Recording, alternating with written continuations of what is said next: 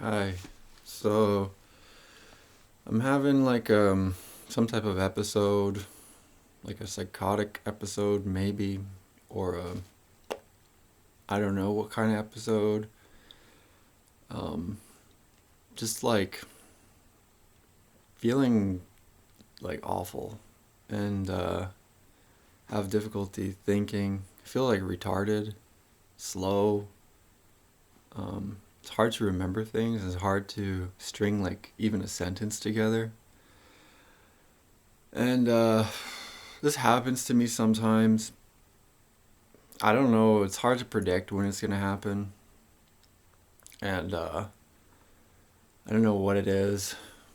And I don't even like saying stuff like psychotic episode or bipolar episode or what. But I'm like, what fits, you know? And I don't. The reason I don't like saying those things is because then you get labeled. If you get labeled, and people mock you, they make fun of you, and but at the same time, it's like sometimes I just feel like total trash. You know what I mean? So, yeah. Now I will say though that I'm feeling healthier, uh, I guess physically, which helps deal with these kind of like episodes or whatever. Um, because I've put in these like good habits. So like I'm doing cold plunge now. Um, I got my cold plunge set up. Uh, it's really cold, really hard to get in there. It's not easy to get in there. Seriously, it's not.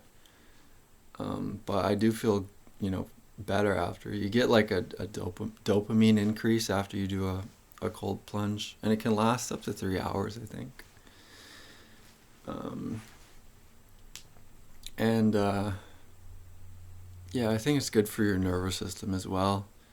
And for something, I think they call it vagal tone. I'm not so sure, but it's just about the vagus nerve, and yeah, how in in tone or out of tone it is. So you know, uh, I think it's funny. There's a quote that I really liked. I kind of forget it now, but like how it went exactly. But it was saying that the masculine tone is fading away from from this generation, and that's so true. When you listen to the way some guys sound. But it's basically like this like it becomes like this high pitched female, feminine um, tone, and it comes along with it like false solicitudes. A solicitude is like asking how someone's doing, and a lot of people don't give a fuck. They just ask it because it's part of like social expectation. How are you doing? They don't care. That's funny to me. Uh, but yeah, no, there's truth to it because, um, yeah, it's the masculine tone is really fading away, and that's actually not a good thing. You know, that is not a good thing in terms of balance. Um, and there's many reasons why it's fading away, but I'm not gonna try and get into that right now. But yeah, I guess so I started my December routine.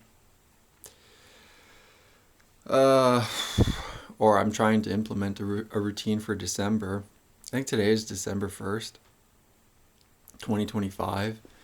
And my routine is like wake up, try and get a light into my eyes as soon as I can, um, go for a walk as soon as I can, pray. I always pray. I pray the rosary, and then uh, what else? And then I have some optional things like cold plunge is optional because I don't know if I could do that every morning. It's really hard to do that, seriously. But I think once you get more of a habit of it, then it becomes easier. I think it never gets easier, but like it's always gonna be really like hard to get yourself to do it. But I think part of it though is that your brain will start to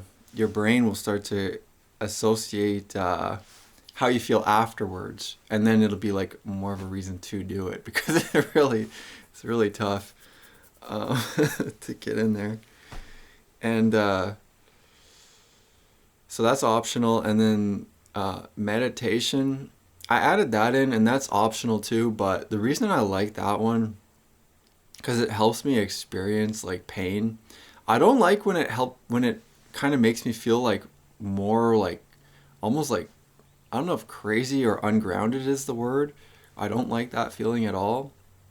But I do like meditation when I feel more able to like experience like pain that I'm kind of like constantly in, and in that way, it's like an acknowledgement, and in that way, it's like a grounding force or grounding activity or action. I don't know, something like that. And yeah. So anyway, and then the other thing is, I want to go to the gym most days, which I kind of already do that. And then the other thing is that, and here's the main thing I want to do, I'm trying to do, is that go to the library. And there I'll read at least a passage from the Bible. Like I got my Orthodox Study Bible.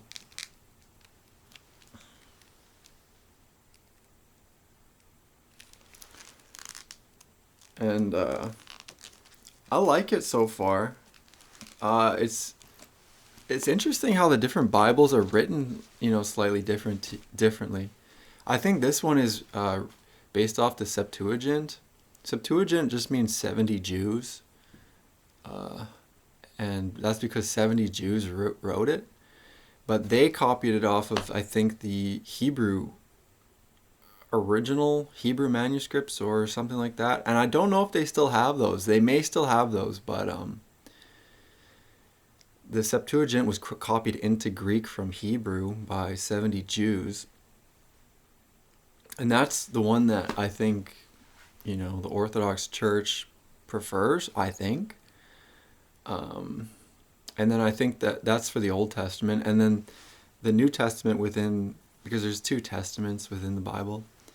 The New Testament, I think, is from... Actually, I don't know what the translation is, but I think they use like the New King James Version. Anyway, all that to say that I'll be trying to read at least a passage from the Bible. Right now, I just got to the part after David slays Goliath. And now David, I read the part about David and Jonathan. So I'm just going to be keep reading. Jonathan is like the king of, the son of the King Saul. And right now there's like a power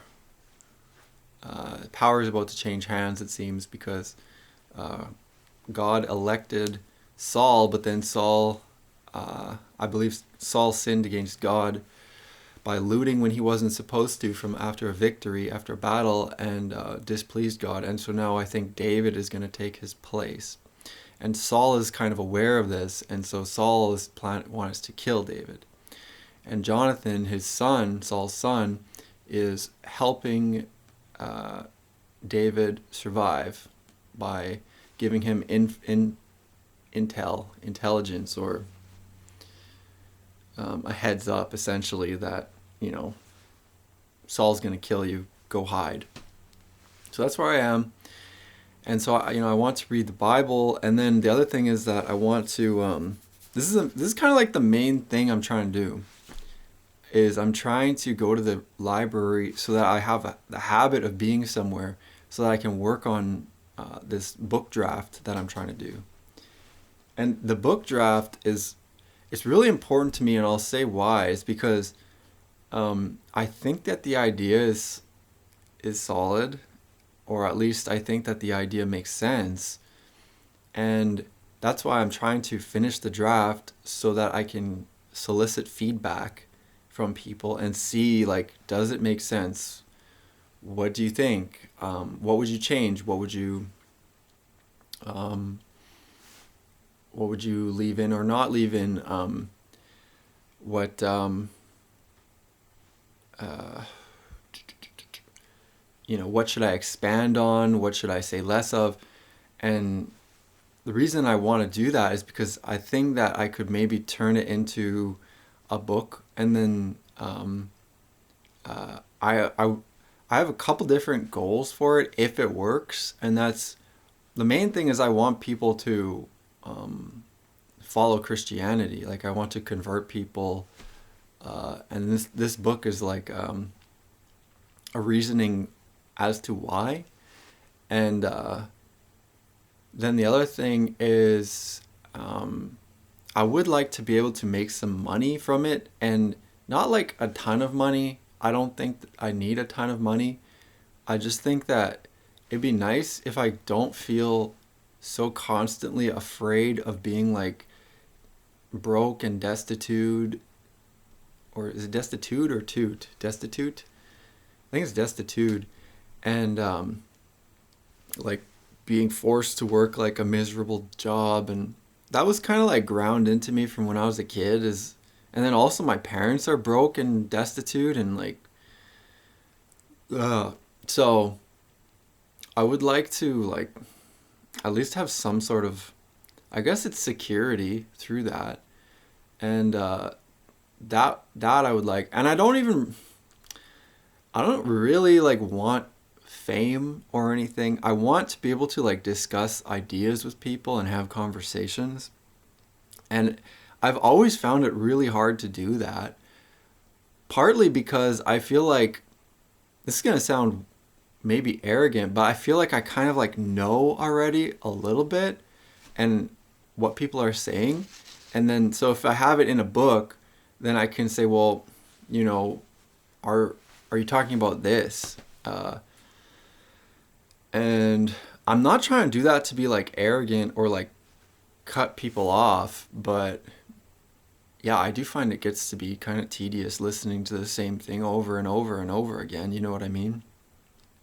So anyways, my book idea is about, I just basically put narrative theory by Walter Fisher together with the Map of Consciousness by David R. Hawkins. And then I have a few chapters of support for that as to why that makes sense. Namely, the interface theory by Donald Hoffman, and Gödel's incompleteness theorem, and some of my own research I did on semantics, and like the kind of the premise of the book is that people live in different realities, and which honestly I think it's true. Like, I don't even know how to put it any differently, but I think people do really live in different realities.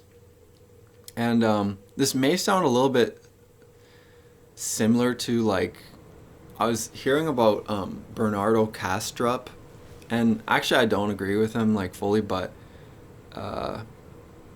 yeah, it starts to get into like some of these other theories. But the reason that I say that I use it to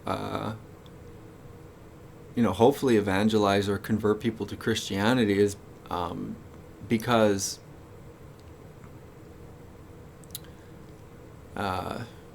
Jesus is the way, the truth, and the life, and his identity is I am, which is the identity of God. Like, that's the highest identity that's it's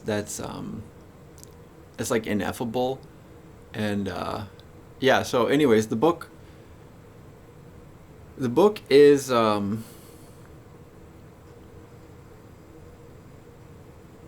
yeah, it's just something I want to do.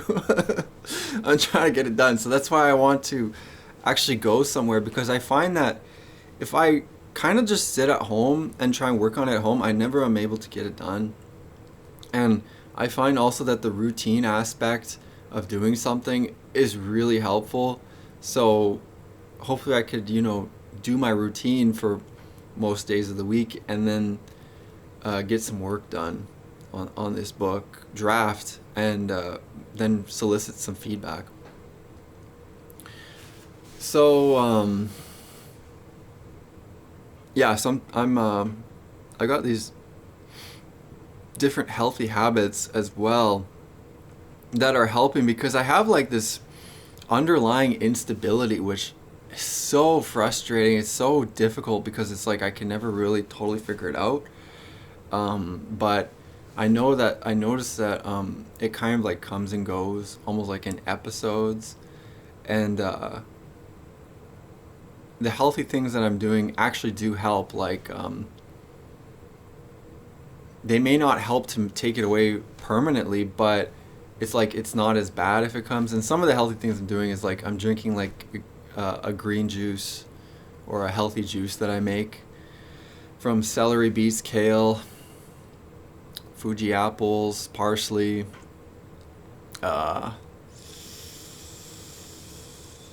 carrots, and I drink that, and that does help. I feel better on after I drink that, or when I'm drinking that. I feel like more clean, like more like clean energy in a way, more almost like relaxed as well, maybe a little bit clearer.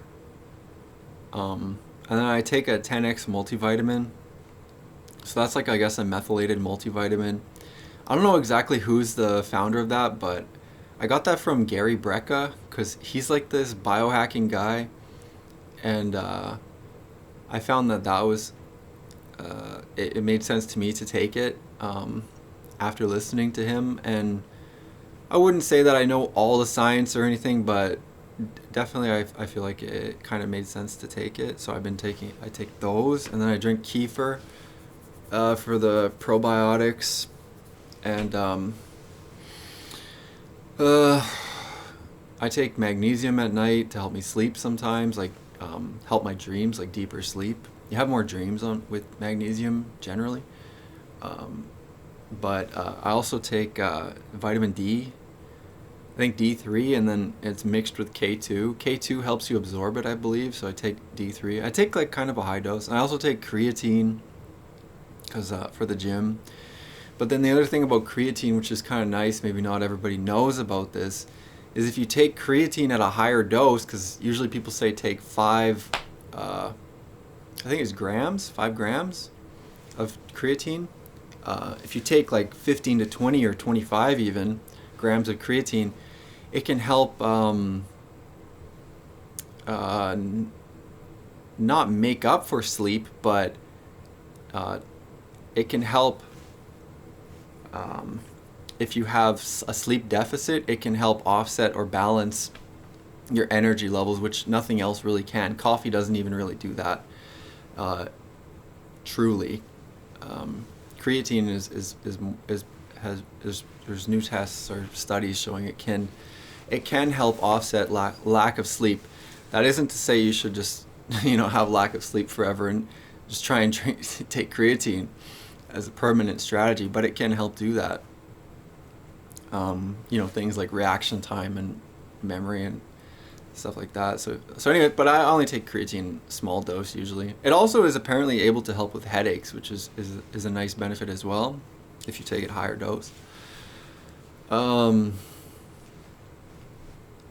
So I'm doing these healthy habits, and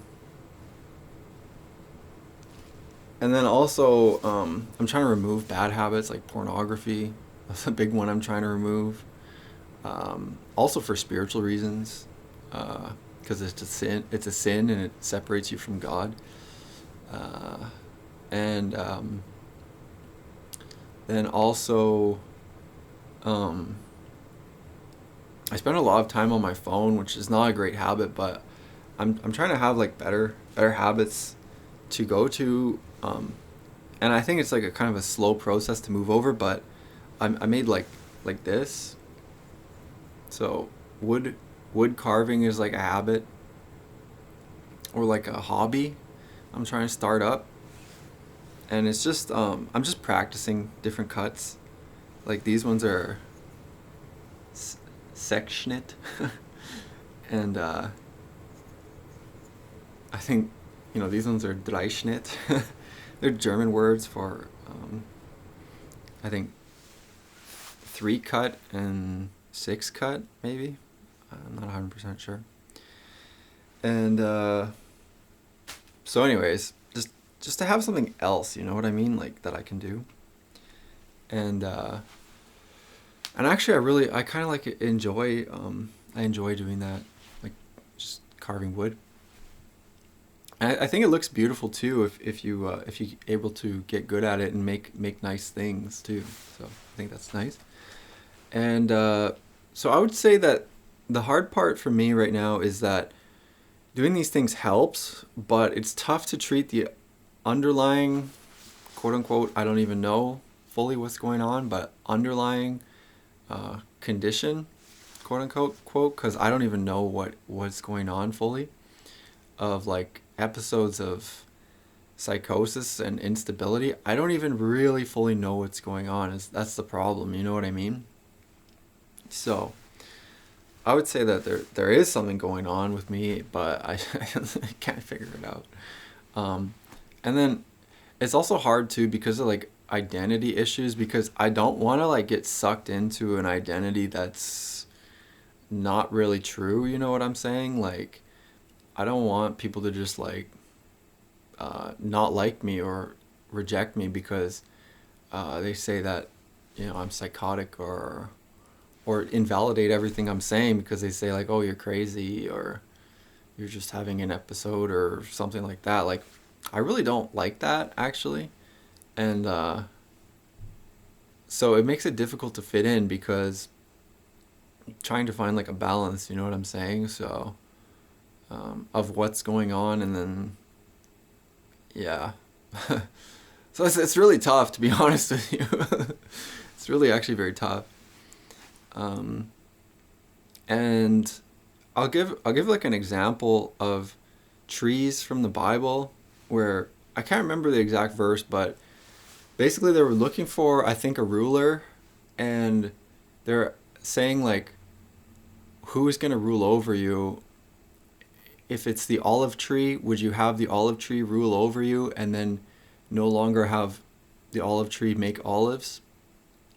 And well, what about the vine? Would you rather have the grapevine rule over you and the grapevine no longer produce grapes? Or would you rather have the bramble bush rule over you and the bramble bush does not produce any good things? So I can't actually remember the full moral of that story, but the basic idea of it is just that one thing is not another thing. So it's about distinction, and it's about nature as well. So another story that I can give, which I think is always kind of like a funny one, it's a good one too, is about the scorpion and the frog. Probably a lot of people have heard this one, but it's about like the scorpion says to the frog, I want to get across the stream, can you take me across? And then the frog says to the scorpion, no, because you're going to sting me and it's going to make us both drown into the stream. And then the scorpion says to the frog, I won't sting you, just let me get on your back and I'll take you, you can take me across, I won't sting you. The frog says, okay, all right, so you promise you won't sting me? And the scorpion says, yeah, I promise. And then the scorpion gets onto the frog's back and starts, the frog starts swimming across the stream to take him across, and the scorpion stings him. And they both start drowning because now the frog is paralyzed, he can't swim. And before they go under, the frog says to the scorpion, why did you sting me? You promised that you wouldn't. And then the scorpion says to the frog, because it's in my nature.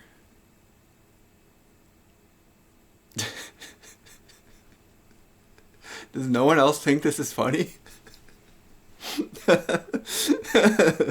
It is funny though. Because it's true, right? Like it's a true thing. Like, it reminds me of this quote. I don't know the veracity or how verified this quote is, but it was like the women after World War or during World War II, they said to them like, "Aren't you afraid that the Russians will come and invade and attack you?" And then the women said, "No, we will just spread our legs." And I was like, wow, that's kind of true though. Like, I don't know. It makes me wonder about nature. Like, I don't know. That's probably really offensive to a lot of people to hear that, but it is a quote I heard somewhere, and I don't know. Maybe it's not true, but yeah, it just makes me think about nature and like if something is one thing, it can't really be the other thing. So, um, yeah, geez, I can't even hardly think about it right now. But this is why um, I'm doing these things like and pursuing passions as well, um, and what I know is good, which is Christianity. So it's why I'm doing these things because uh, I think yeah, like tapping into your nature is really important as well. Um, Actually, I think that's really important, and I think that's what a lot of people get pissed at is when there's an implication of someone not living in line with their nature. It probably makes people really mad to hear something like that. But then at the same time, it's true. Like these things are true as well. So yeah. Anyway, um, that's my whole rant for now. I have these underlying difficult episodes um, where I just feel retarded. I feel slow. It's difficult to think, remember, even string sentences together. And routine is helping me, uh, and good habits are helping me, and then avoiding bad habits is helping me as well. But also, I have, an issue with, I guess you could say, identity issues, because I don't really feel like I fit in that well, and I'm also not trying to say like, oh, boo-hoo, I'm some misfit. Um, I'm just saying like, man, this society is really like sucks, going downhill. And so yeah, I'm just trying to fit in, I guess. And then but also do all this other stuff too. So anyway, yeah, that's all.